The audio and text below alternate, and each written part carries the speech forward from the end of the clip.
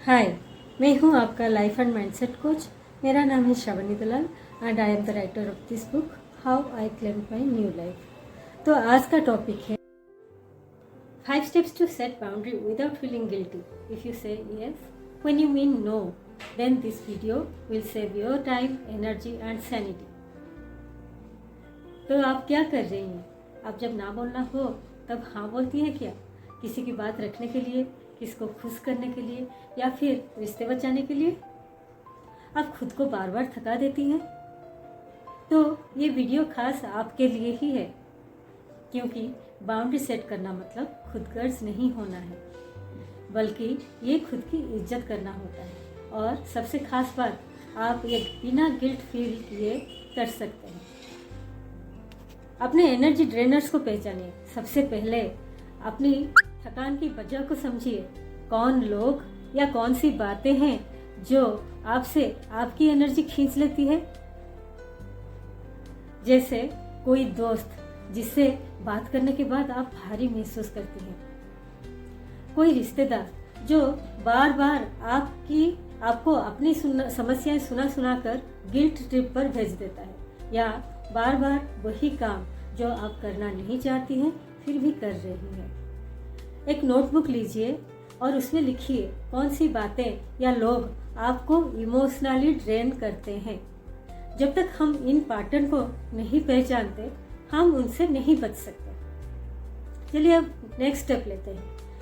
छोटे ना से शुरुआत कीजिए। बिल्कुल सीधे ना कहने की जरूरत नहीं है।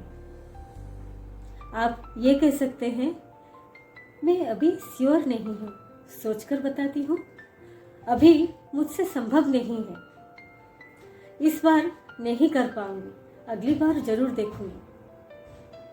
ये सॉफ्ट बाउंड्रीज होती है। शुरुआत में थोड़ी हिचकिचाहट होती है, लेकिन प्रैक्टिस से ये आपकी स्ट्रेंथ बन जाएगी। याद रखिए, हर बार जब आप ना कहती हैं, आप किसी को हर्ट नहीं कर रही होती है, आप खुद को बचा रही होती है। स्टेप 3, स्क्रिप्ट्स तैयार कीजिए। लिखिए आप कैसे रिस्पॉन्ड करेंगे उस सिचुएशन में, बिल्कुल वैसे ही जैसे कोई स्टेज परफॉर्मेंस के लिए रिहर्सल्स करता है ना। आप भी बाउंड्री सेट करने के लिए अपनी लाइंस तैयार कर सकती हैं। आईने के सामने खड़े होकर प्रैक्टिस कीजिए। मुझे इस पर सोचने का समय चाहिए, ऐसा बोलिए खुद से। मुझे इस पर सोचने का समय चाहिए, मैं अभी कमिट नहीं कर सकती। मैं जानती हूँ आप मुझसे उम्मीद रखते हैं, लेकिन अभी मैं खुद को टाइम दे रही हूँ।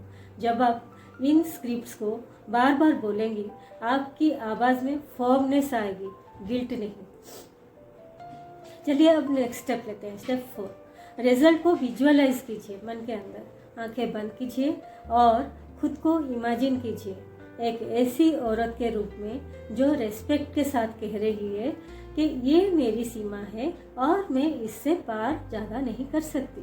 आपको कैसा महसूस होता है? क्या आप हल्की, मजबूत, डिग्निफाइड महसूस करती हैं? यही विजुअलाइजेशन आपको अंदर से सपोर्ट करेगा जब भी आप गिल्ट में डगमगाएंगी। Now let us take step 5, अपनी हर जीत के लिए सेलिब्रेट कीजिए। हर बार जब आप खुद को एक प्रायोरिटी दिया और वो कौन सी छोटी सी जीत आपने पाई, चाहे आपने 1 मिनट एक्स्ट्रा खुद के लिए निकाला हो या किसी की अनरीजनेबल डिमांड को पोलाइटली टाल दिया हो, खुद को क्रेडिट दीजिए।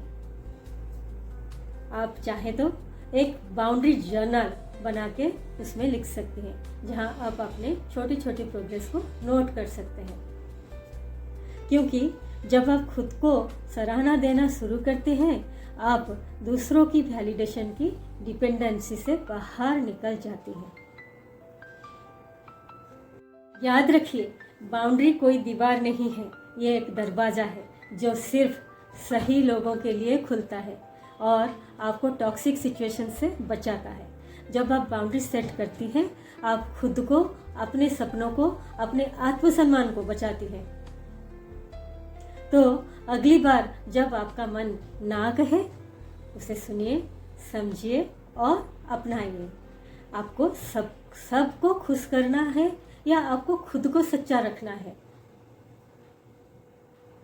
अगर ये वीडियो आपके दिल से जुड़ा तो कमेंट में लिखिए I choose my self with love और किसी दोस्त को भेजिए जिसको ये आज सुनना जरूरी है। आपका एक शेयर किसी की ज़िंदगी बदल सकती है। Like, share and subscribe. Thank you so much.